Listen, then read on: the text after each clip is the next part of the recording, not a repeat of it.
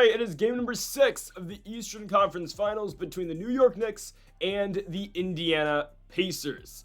Game 5, a great game for the New York Knicks. The Pacers just really never got going. There were multiple times in that game where they cut the lead to 7, to 8, and you're thinking, okay, maybe this is where the Pacers make their run, and ultimately, that never happened. It always kind of felt from the jump like that was a game New York was going to win. Like as soon as we got maybe 5 minutes into the game, or as soon as the Knicks went on their first big stretch early in the first quarter, it just kind of felt like, all right, the Knicks are going to get this one. And the Pacers could never make that comeback that both teams have made throughout the course of the series, which is fine. We're going back to game 6 here, back in Indianapolis, and we're going to get through all of that here in today's video, folks. But before we do that, make sure to hit that subscribe button down below for some more daily NBA predictions and best bets here on the channel. If this is the end of the Eastern Conference Finals, I will see you likely on Tuesday or Monday night for game 1 of the NBA Finals predictions. If the Knicks win today, I will see you guys tomorrow for our game 7 predictions. I hope we don't get there. Yeah, I still think the Pacers can get a game 7, but we'll get to that. Also, every day here on the channel, 6 a.m. Pacific, 9 a.m. Eastern, our MLB best bets, so make sure to go check that out. And also, this week on Greedo Plays MMA, our UFC Fight Night Blanchfield versus Barber full card predictions. That is linked in the description down below. Go check that out and go subscribe to Greedo Plays MMA if you have not yet. Okay, on to the one and only game today. I'm taking the Pacers. And I think it's a blowout. I think this is going to look like game 5 in OKC between the Thunder and the Wolves. I think this is going to look like game 6. I think this is the better comp by far. Game 6, Knicks, Celtics in the Eastern Conference semifinals. We thought New York was going to be able to put away Boston in game number 5. They didn't. They returned back to the Garden and the Knicks blow out the Celtics. I kind of think that this is what this is going to be. It's kind of just aligns perfectly, let's just be honest, to what happened with the Knicks and the Celtics.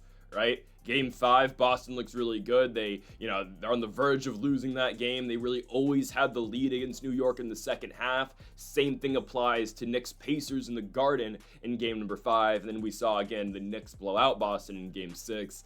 I think the Pacers are going to blow out the Knicks here. And I think the biggest factor to that is Tyrese Halliburton. I'm a big believer of what star players say and how they respond, especially like these superstars in the league. And yes, Tyrese Halliburton is a superstar, and this is why that game 5 just felt weird, guys. Tyrese Halliburton took 7 shots. It's just a weird game. Halliburton shot 7 shots. Siakam 13, sure, but their leading scorer was Benedict Mathurin off the bench, who scored 23, which is great. Again, if Mathurin can continue to produce off the bench like that, amazing for the Pacers, right? They need his presence off the bench.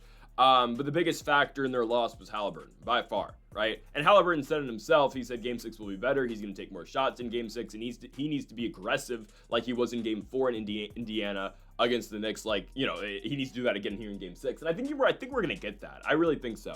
I think we're going to see an aggressive Tyrese Halliburton. I think we're going to see a Halliburton attacking the rim. I think we're going to see his shooting obviously be a lot better, but it's not even like he had a bad shooting night. He went 2 for 7 and 0 for 2 from the 3-point line. It's just he didn't take any shots, which was just mind-boggling. And the Knicks, they played a good game. Didn't really shoot the ball that well, but the biggest thing that happened in that game 5 was just the physicality from New York. I'm not going to get much into the officiating of that game. Again, I didn't think it was a horribly officiated game. I just thought personally the Knicks got away with a lot more than Indiana did. I thought they were allowed to play a little bit more physical than the Pacers were, but that's neither here or there. I mean, there are multiple times where Mathurin's jersey was being tugged and there was nothing done about it. Anyways, I digress. I thought the Knicks played a good game. They didn't shoot the ball particularly well, but they just won, again, a low-scoring affair. And as soon as you see that first quarter, really the first 2 quarters of the game, and Indiana's got 45 points at halftime, that's just not the type of game they want to play. Again, we went over this before game 5. Look at the final scores of all the games here in the series. I mean, if it's a shootout, Indiana's scoring 130 plus points, yeah, they're obviously going to win just because that's the type of game that they want to play. I just think it's going to be a complete 180 from game number 5. They're at home. It's in Indiana. Halliburton rose to the occasion in game number 4. That was a must-win game for the Pacers. They did not want to go back to New York 2-2. This is not a must-win, but it kind of feels like it, obviously, because, obviously if they lose this game, they're going to get one more shot in a win-or-go-home situation on Monday night. I think the Pacers are going to play like their season depends on it right now, though. I mean, they do not want to go back to the Garden. I think they could win in the Garden, but I'd much rather them get it done right now. And obviously, if we're looking for a long-term outlook here, you want to go into game one of the NBA Finals well rested, right? You don't want to have to play on Monday, then have to turn it around again on Wednesday or Thursday for the NBA Finals. Nah, I think the Pacers are going to get it done, and Vegas, for the first time all series, reflects a pretty heavy Indiana favorite in this game. I don't know if this is heavy, but I mean they're 3.5-point favorites, but it's the most we've gotten so far for the Pacers. They're at -175 and -3.5 on the spread. I think it's a very playable spread because I don't think this game's competitive. I think this is going to be one of the magnet ball games for Indiana. I firmly believe that. We've said this throughout the course of the series. It solely depends on how Indiana shoots the basketball. It just does. Game 5, they didn't shoot the ball well. 10 for 30 from the three-point line. Some of those came at the end of the game. I will give Jarris Walker a lot of credit. I don't know if Jarris Walker is going to be back in the rotation here in game number 6. He did not play a bad game 5. Jarris Walker hit that big 3 in the third, I believe late third quarter, that cut the lead down to 7, or 8. And I was like, oh, here they come. And they just couldn't capitalize on it, obviously. Starters came back in. Halliburton just didn't play big minutes, and it was just weird. Halliburton wasn't playing a Halliburton-type game. Aaron Nesmith only played 16 minutes all game. I know a lot of his minutes went to Benedict Mathurin. Those minutes should go to Aaron Nembhard, who has been kind of not even involved in the series, it's felt like. I know the big story of last year's Indiana run in the postseason was, okay, Andrew Nembhard is a historic playoff riser, and he was great, obviously, both in the Cleveland series and in the Milwaukee series, but Nembhard has been non-existent in the Eastern Conference Finals. In Game 5, 6 points on 3 of 8 shooting. He just needs to be better. I get it again, Nembhard. Part of his thing is he's there for his defense, obviously, to guard up on Jalen Brunson. He needs to be better offensively. There's no other way to put it, right? The entire team needs to be better offensively in game number 6. And I think they're going to. I think Karl-Anthony Towns and Jalen Brunson obviously are going to do their thing. Cat had 24 in Game 5. Brunson had 32. They both got to the free throw line at will like they always do. It is what it is. And that's fine. They're going to score their points. But I don't think the Knicks are able to put together a full game against Indiana here on the road. Right, look at the 2 games that were played in Indiana so far in the series. Game 3, the Knicks, found a way to win. They came back, and it's fine. Game 4, Indiana, I know the final score was only a 9-point win for the Pacers, but it was a game where ultimately they were always in control of, and it was a game that they always felt like they were going to win. I don't get the fear of the Pacers losing right now. I feel like a lot of Pacers fans I've seen, at least on the internet and on Twitter, are just freaking out that this series is 3-2 now, and we should have got them in game 3, and the series wouldn't even be to this point. We should have swept this squad. We let them back in it. That's fair, but, and I don't remember who tweeted this, but I saw, and it's a very fair point to make. If you're the Indiana Pacers, right, you're telling me in October, where this team was coming off an Eastern Conference Finals appearance last year, no one really expected them to be back into this spot. You're telling me in October you wouldn't take a Game 6 at home to go to the NBA Finals? You get 2 shots to win 1 game. Everything is fine. The way the Pacers have to approach this Game 6, and I'm sure they're going to, flush Game 5. That doesn't matter anymore. Nothing in this series matters anymore. This 1 game is all that the season's up to at this point. I expect Siakam to be better. Siakam went 5 for 13, 1 of 3 from the 3-point line. But again, 13 shots for Pascal Siakam. The free throws, man. The free throws from him are crazy right now. 4 for 8 from the free throw line for Pascal Siakam. That is an all-star in the NBA. And I like Siakam a lot. I'm a big spicy P guy, but he needs to be better. Scored 15 points. In game number 5, he was the only Pacers starter to score double digits in that game number 5. That's atrocious. Siakam had 15. Nesmith had 3. It was only 1 3-pointer that he hit. Miles Turner had 5 points. Nembhard had 6 and Halliburton had 8. Their 3 leading scorers were Mathurin with 23, Siakam with 15, and Obi Toppin with 11 points. Again, that just can't. That will not win you basketball games. It just won't. And for the Knicks, again, they played a good game. I don't think they played a great game, but Brunson had 32 points, Cat with 24. Mikal Bridges still struggling from the 3-point line at times. It feels like he had 12 on 6 of 12 shooting.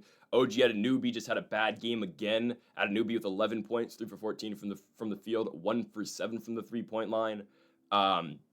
And off the bench, man, Deuce McBride's playing huge minutes. You know, his stat sheet might not fully reflect a huge game for him, but Miles McBride over 18 minutes went 2 for 4 from the field, 1 for 1 from the 3-point line, 5 points. He plays big minutes, man. He plays great defensively at times, and whenever the Knicks are in need of a big shot, yeah, it's going to Miles McBride when they have that bench unit in. When Brunson's not in the game and it's just Cat and company, yeah, McBride's going to fill you in on a big shot. DeLon Wright, I don't know why Thibodeau plays DeLon Wright. I'm just going to be honest. I get it. He's there for his defense. I don't think he plays over the top amazing defense, if I'm being honest with you. I feel like he's just kind of there. He went 0 for 4 shooting, 0 for 3 from the 3-point line. Landry Shamet hit another big 3. He always gets his one token 3-pointer a game, it feels like. And he had 5 points in game number 5. Cameron Payne, by the way, does not play. Obviously, Rick Carlisle keeps trying to bait Thibodeau and playing guys like that. We did get Precious Achiuwa minutes, by the way. Achiuwa played 6 minutes and scored 2 points. Yes, that was in garbage time. But I think Indiana's okay. I think all is fine here. I think the biggest thing we can look at going into this game number 6 is the performance that the Pacers had in game number 4 and the way Tyrese Halliburton played in game number 4. I'm obviously not expecting him to replicate his all-time performance, we can say, in game number 4. 38 minutes, 11 for 23 shooting, 5 for 12 from the field, from 3-point line, 32 points, 15 assists, 12 rebounds. We're not expecting Halliburton to redo that, obviously. But I do think he's going to have a much better night. I think he's going to have a much more aggressive night, because if the Pacers are going to win, they need Tyrese Halliburton to be somewhat aggressive, right? And they need Pascal Siakam to do what he did in game 4 as well. 30 minutes, 21 shots, hit 11 of them, 3 for 4 from the 3-point line. That's what they need out of those guys, not that lackluster effort in game number 5. And I think it's telling. Again, I think Halliburton was kind of trying to recreate what SGA did in that Nuggets series where he's walking off the court on the road and he's smiling. I mean, it is what it is. But I do think the Pacers are confident. I don't think they did look a little shook, I'm not going to lie, in game number 5. I don't know why. It's an arena in which they had won multiple games in already this series. Halliburton hit the choke sign here at MSG. They did look a little rattled. It was weird. They're not there's going to be no pressure, I don't think, there's going to be pressure, but I don't think they're going to be playing like there's any pressure on them in game number 6. It's all a matter of hitting their shots. I mean, again, I've said this so many times in the series. I can break this down as many times as you want, matchups and whatnot. As long as the Pacers hit their shots, they're going to win the basketball game. If they hit the wide open shots they're given. I get it, the Knicks play better defense in game number 5. You're on the road in their arena playing their game. I just don't think that's going to work.